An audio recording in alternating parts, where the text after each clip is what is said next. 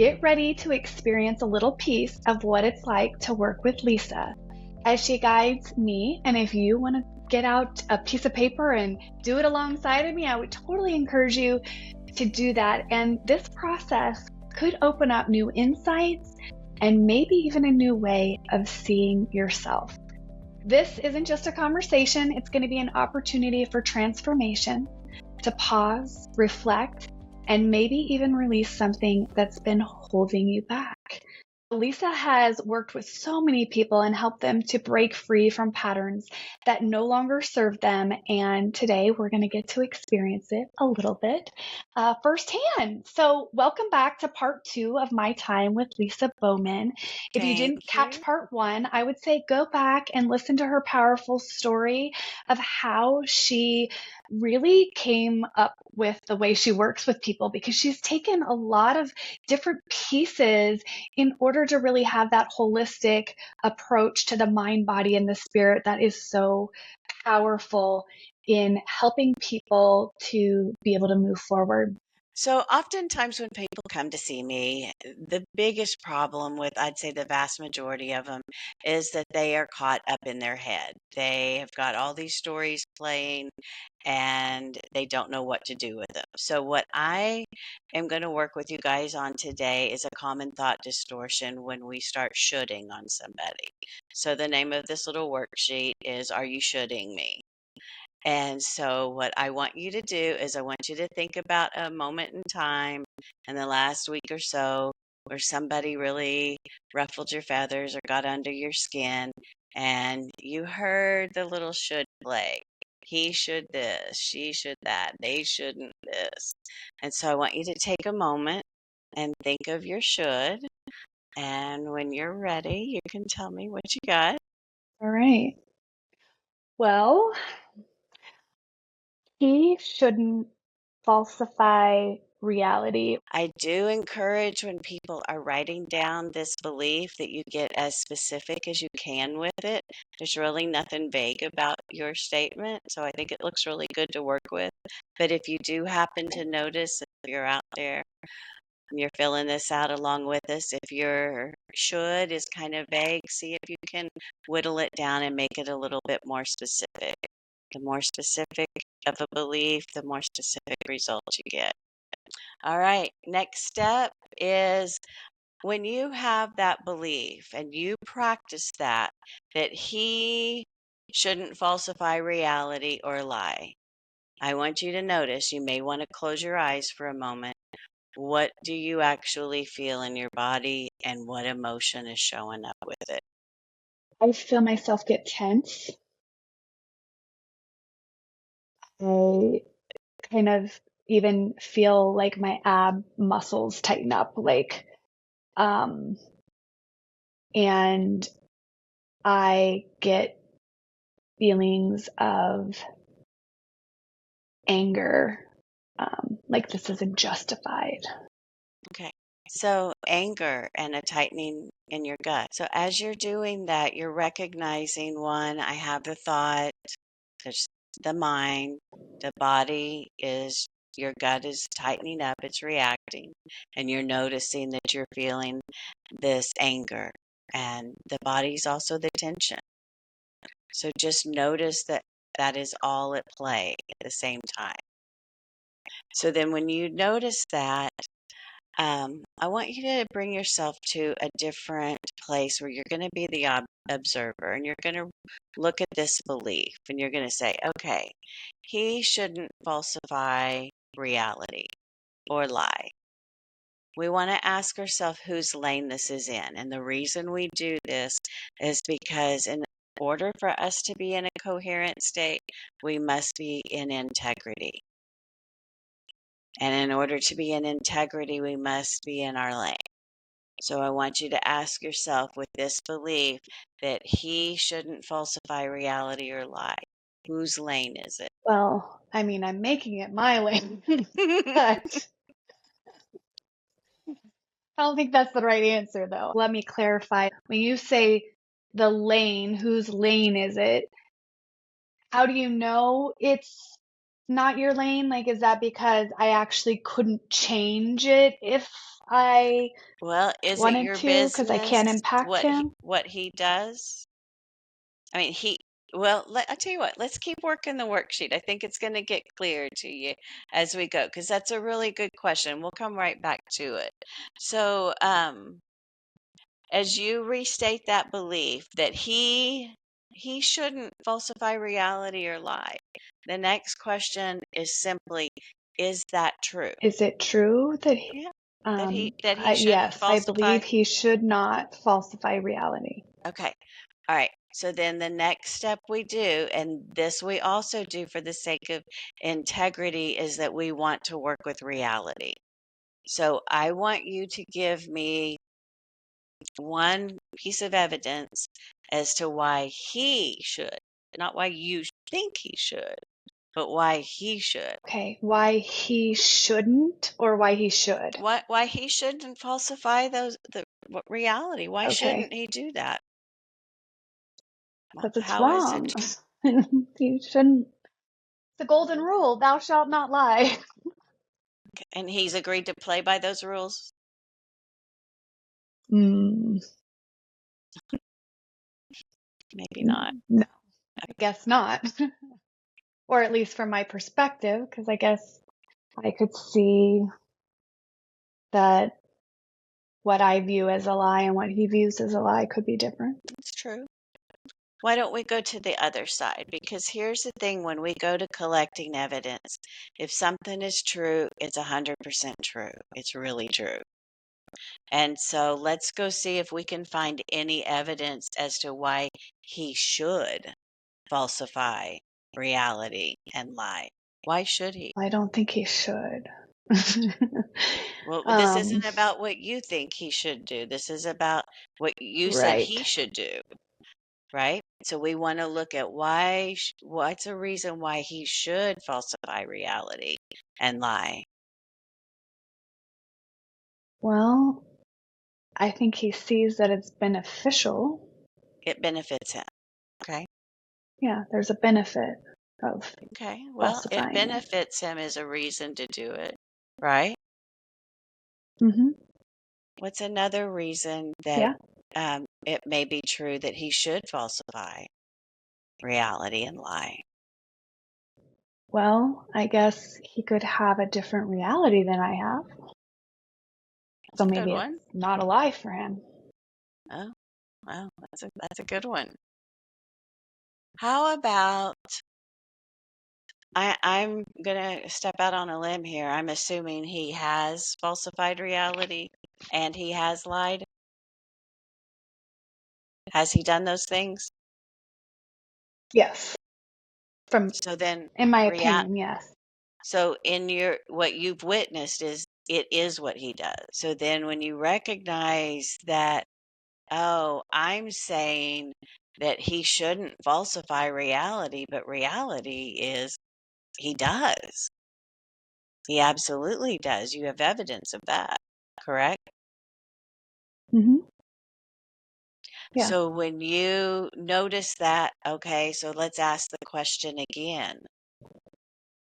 He shouldn't falsify reality or lie. Is it true? Yes, it's true. Well, we just came up with a whole list of reasons why it's not true Mm. because it benefits him. And this is the tricky part with thought work is that we become really attached to oftentimes it's related to our own value system or our own Hmm. programming. But when we don't recognize that, oh my gosh, I'm caught in a cognitive distortion and it's hurting my own Mm. feelings, it's causing me pain. One, because I'm not in my lane, and I know that I can always expect pain if I'm not in my lane because no one's taking care of me. I'm over here telling other people how they need to be living their life, right? So that's what it means, like in your lane. It means you're kind of projecting what you think is the right way to do it and how they should do it. Right, which in essence, if you think about it, also then puts us into God's lane because now we're judging whether or not they're doing it right according to us. Mm, It's like, oh gosh, here I go again. It's complicated, right? So let's keep working with yeah. it. So once, this is kind of like surgery. You go in and you question these beliefs because if we're holding on to a belief and that belief hurts my feelings, I don't want to keep doing that if it's not necessary. That feels like self-harm to Mm, me. And mm, so if I true. sit down and I recognize, no, there's a bunch of evidence why he should falsify reality. It's what he freaking does. He's good at it. It benefits Hmm. him, Right. right? So then I ask the question, so is it true? He shouldn't do that, No, it works for him. I guess right? he should, from his perspective. Right. So then we recognize, okay, it wasn't true at all. What can I replace the distorted belief that is actually filled with more love, light, and truth? Instead of he shouldn't falsify reality or lie, it could be something like he gets to falsify reality and lie. He gets to. Yeah, that's where it gets hard. It Is does that because it moves into that allowing radical people their acceptance, freedom? Yeah. right? How dare Yeah. they be a sovereign Hmm. individual, right? But when you have the belief then that you change it to he gets to falsify, he gets to lie. And then notice when you say that, what does that feel like in your body? Well, I actually feel like I exhaled. Like, oh, Okay. okay. And like, oh, release some tension and like A little shrugged bit of a down. Is what softening. I kind of noticed, even though I didn't want to do that. Yeah. Like my body just naturally was kind of like, oh, yeah.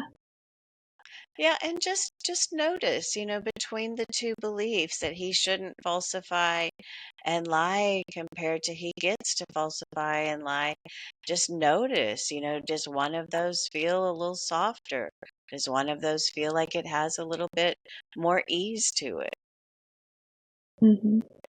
And just notice that. We want to keep going in the direction of ease for sure. So let's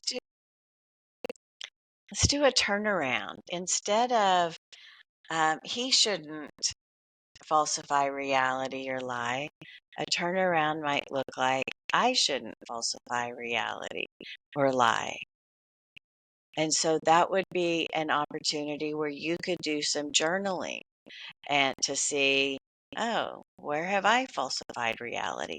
Well, anytime I've told myself a story. Anytime I've participated in some delusion, anytime that I've gotten Mm, lost in stories of the future, I'm falsifying reality because that's not reality. Reality's right now. mm, So wow. the That's the that's turnarounds are powerful. right. The turnarounds are so powerful because oftentimes the things that get under our skin, the things that do ruffle our feathers, there's some part of us that is still holding on to that similar vibration and it's wanting to be clear. And without these moments that bring it to our attention, how would we know? So they're opportunities. They always are.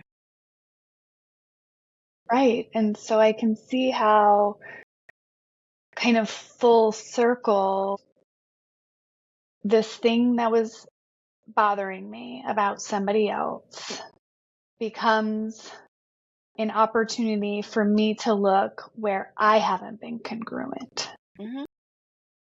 Yeah. And in doing so, I will find more peace and harmony because I'm becoming more of who I feel called to be.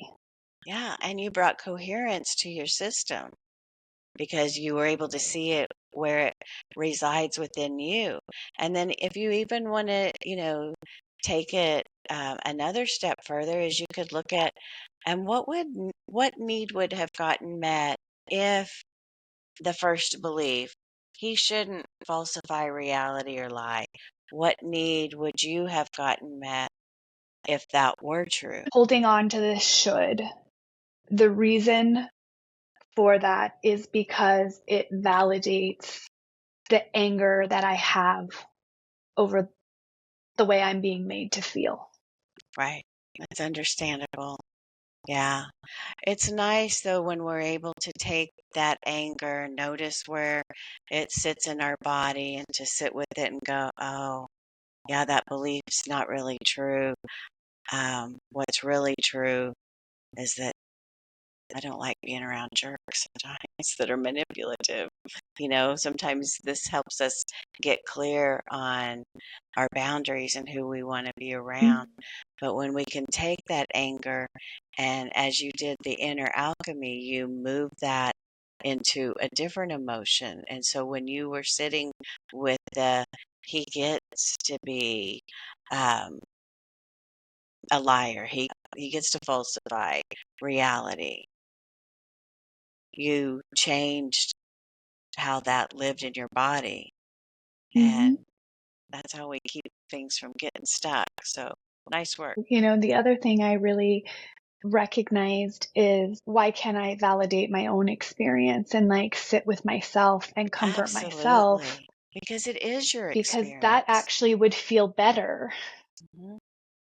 Yeah, well, and that's why this is a contemplative practice. It's a meditative practice. When I sit with my anger and I sit with those uncomfortable emotions, I get to understand them better. Because they Mhm. have a message for me. And sometimes Right. that message is these are not your people, or that message is that behavior doesn't honor you, or whatever it is.